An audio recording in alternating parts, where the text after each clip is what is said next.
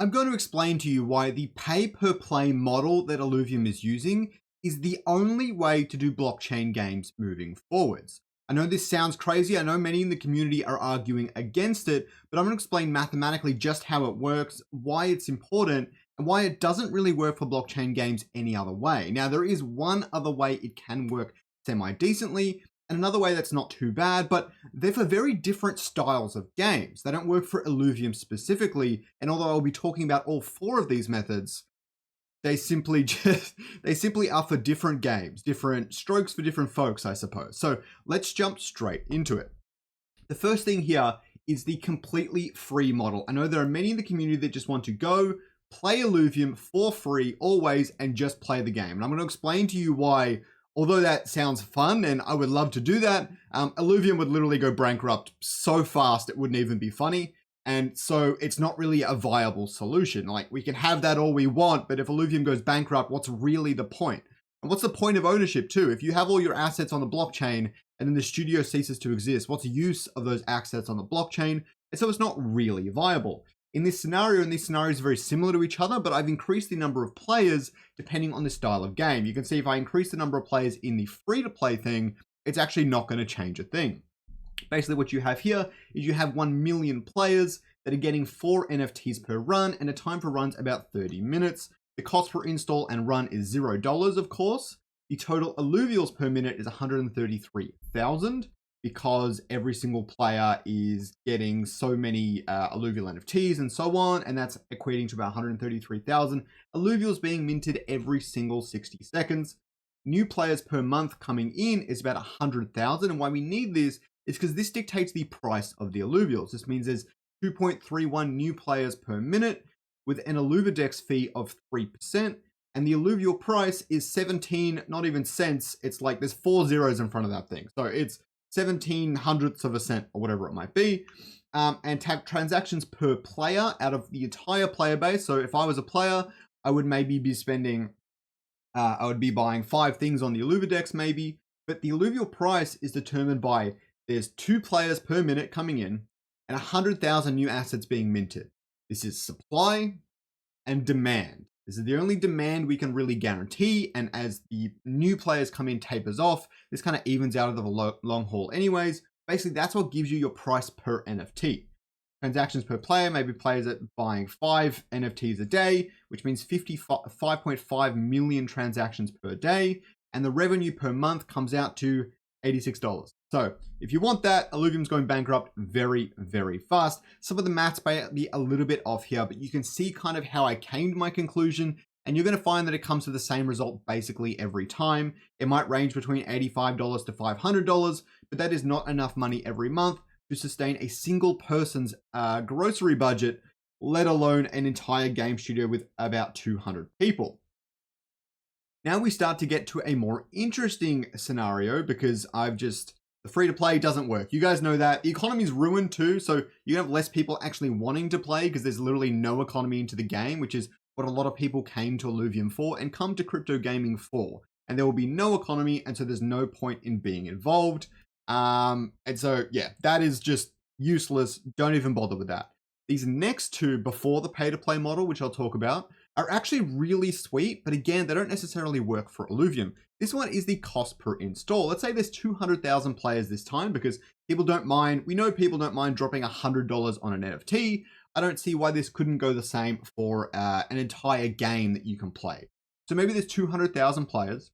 All the alluvial NFTs per run and stuff is the same. And the cost per install is $40. It costs $40 to buy and play the game. That's kind of similar to what Palworld is, but bumped up a little bit for Web3. Let's just assume that people love that price, generally speaking.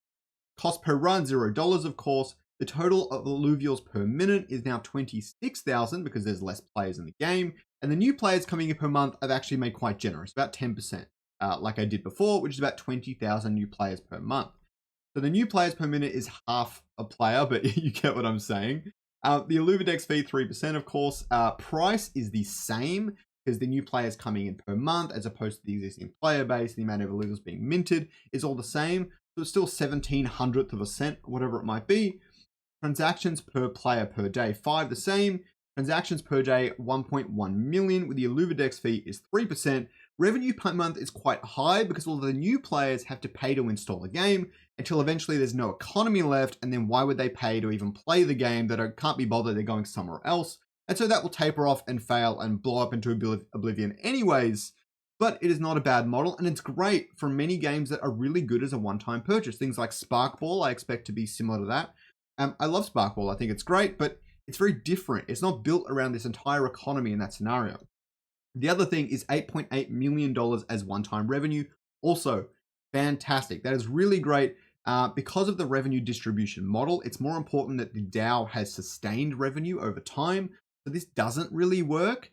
But if you could get enough new players signing up every single month indefinitely, then sure, it would actually work really well. And I actually don't mind this system. If the DAO could commit to producing a new game every, say, 2 years, then I think this system could work really great. And that's essentially what Web2 game studios have been doing for a long time. But again, the economy doesn't really work. And I think this system is actually fantastic if you're not on the blockchain, because then the economy sustains itself, you can get rid of bots a little bit easier and things like that. And so there's just different ways to view this sort of problem.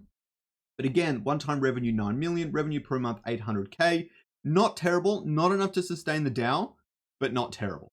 Okay, and now we will move on to the third one, which is actually really, really good and could quite possibly work. You do have one problem, and I'll explain that in just a minute, but that is the subscription model. Players, 100,000. Okay, cost per sub, I've made it $10, which I honestly think is quite conservative for every month. You could probably go higher. People in the Web3 space tend to have a little bit more money than others, but you definitely want to make it affordable so everyone can have a go.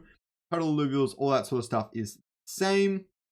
Alluvial price is the same because you can essentially go in, pay your subscription, and then farm alluvials infinitely. So the alluvial price is set, okay? It is set at this, what is basically zero, $0. Now sure, Ramfire might be worth $1, but everything else is worth basically nothing.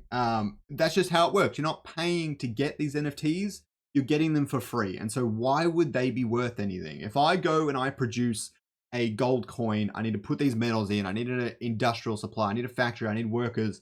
All of that stuff goes into what the price of that thing is. That's maybe a bad example because the government just prints money, but a better example might be like a toy, right? You need all the felt for the plushie, you need all the stuffing inside, you need to pay the people who put it on the shelves, all the rest of it. And so that toy has a price, and people pay that price, they get that toy, and now it's worth something, all right? Like it degrades in value, obviously, because it's not going to be the same quality if they try and resell it, but it had a price to begin with because it costed something to produce.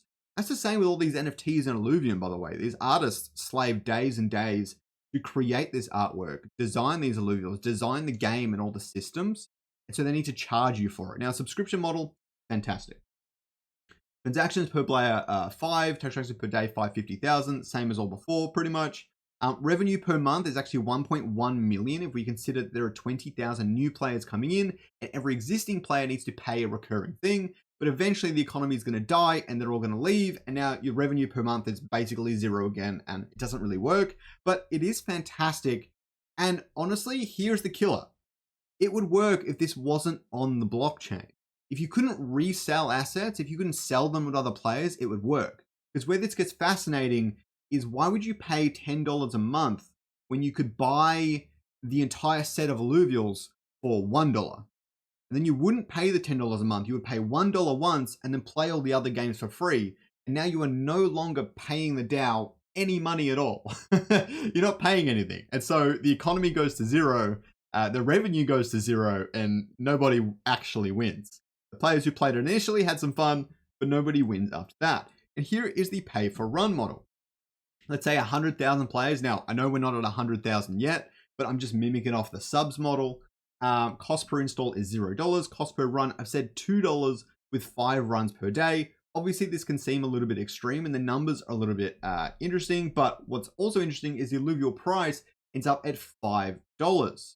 Okay, that's because you're getting 4 alluvial NFTs per run and the run is costing you $2, which means every alluvial price is 50 cents. Sorry, did I say 5? I don't know if I said $5. And so on. And so the revenue per month from that is $1.3 million. Same players and everything as subscription model, but it ends up as more, especially because of the Illuvidex fee and the secondary market sales, where the alluvials actually have value in the economy. And what happens here is that people don't just leave. They came from this Web3 game with this robust economy and this really interesting systems, and they don't just leave because the economy went to zero, okay? And that's what all of these other systems are going to have happen. You can't let people get NFTs unlimitedly. Now, you can if the economy isn't a part of your game. And that's fine. And it's for different types of games, different types of systems. And there's also the argument for things like cosmetics, where you want players to come in, buy all the cosmetics and things like that.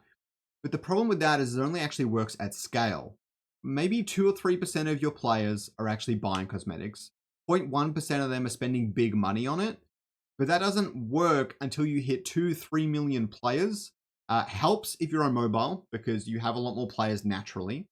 But it doesn't, no crypto game has hit that many players, or not that many concurrent players or players that are playing every single month. They just haven't. And if you go down that route with that bet, it might work eventually if you have runway for 10 years when crypto gaming is full mass adopted and all like that. But if you don't, you're probably going to run out of money before we reach that point. And it's a big risk and you can take it, but it's going to be an interesting one. Please don't forget to like and subscribe and use code SCORIOX in the Illuvium account settings to make sure you show your support for me. I really appreciate it. Have a good one.